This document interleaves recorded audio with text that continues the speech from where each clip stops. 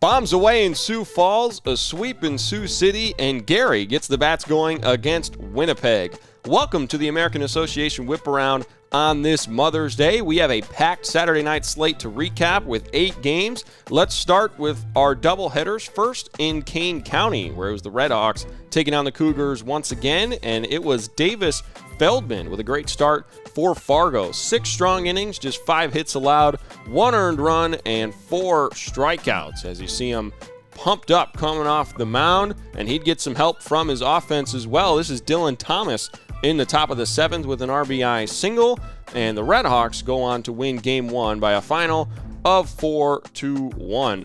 Flip the script, though, in Game 2. This one belonged to the Cougars. Here in the bottom of the 4th, Cornelius Randolph with an RBI single put his team up 4-1, and later in the same inning, Jimmy Kerrigan rips one out to the wall in right. This is a 2-run double to put the Cougars up 6-1. They would win by that final and split the doubleheader.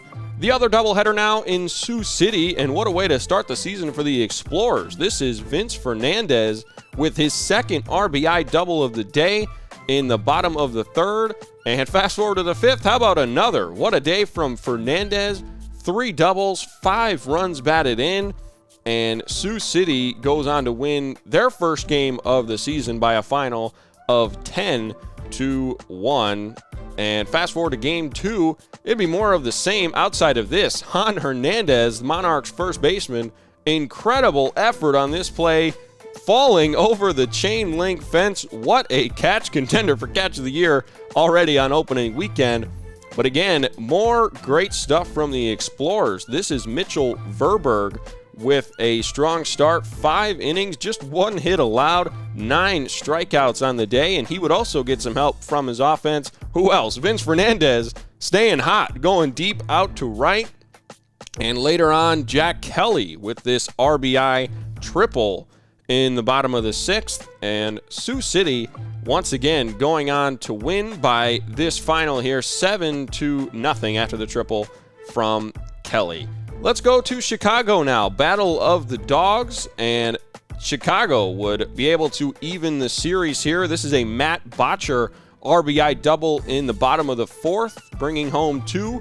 And Brennan Metzger here with an RBI single in the same inning to put the Dogs up 4-0. Later on, we go to the bottom of the 7th, and some confusion here as Josh Altman hits one way out to left, right around the wall. Originally pulls up at second, but after some deliberation, he gets to come on home with the first Dogs home run of the season, and Chicago takes the second game of their series 5-0.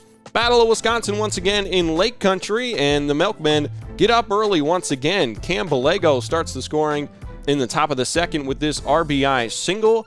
And now going to the 3rd, this is Roy Morales hitting one to center to bring home the 2nd run. And just a couple of batters later, Miguel Gomez steps up and does the same thing. An RBI single to put Milwaukee up 3-0. And they would be able to hold on to that lead thanks to Ryan Zimmerman. Strong 5 innings, just 2 hits allowed, 5 strikeouts for the right-hander. And the Milkmen beat their interstate rival for the second night in a row by a final of 3-0. To Sioux Falls now, and what a marathon we had here. Another 5-run first for Cleburne, but Jabari Henry gets Sioux Falls on the board with this single. They'd go on to score 4 more in the 1st. To the 4th now, how about Wellington Dotel with this blast out to right to give the Canaries the 1-run lead. But now in the 6th, this is Zach Narrier hitting one out to center. Ulrich loses it in the lights. He can't get there. It's a bases clearing double, a brutal blow to the Canaries. They go up 16-10, and Cleburne would go on to win 19-12. Finally, in Gary, the Railcats able to get back after their loss on opening night, and they'll have no doubts about this one. This is Jesus Moraga clearing the bases with a double in the bottom of the 3rd. Later in the same inning, we have Francisco Del Valle with a 2-run single to put the Railcats up 5-0. And then later on, it's LG Castillo clearing the bases as well with this double all the way to the corner in left, bringing all 3 runners home. And the Railcats will go on to win this one by a final of 10-0.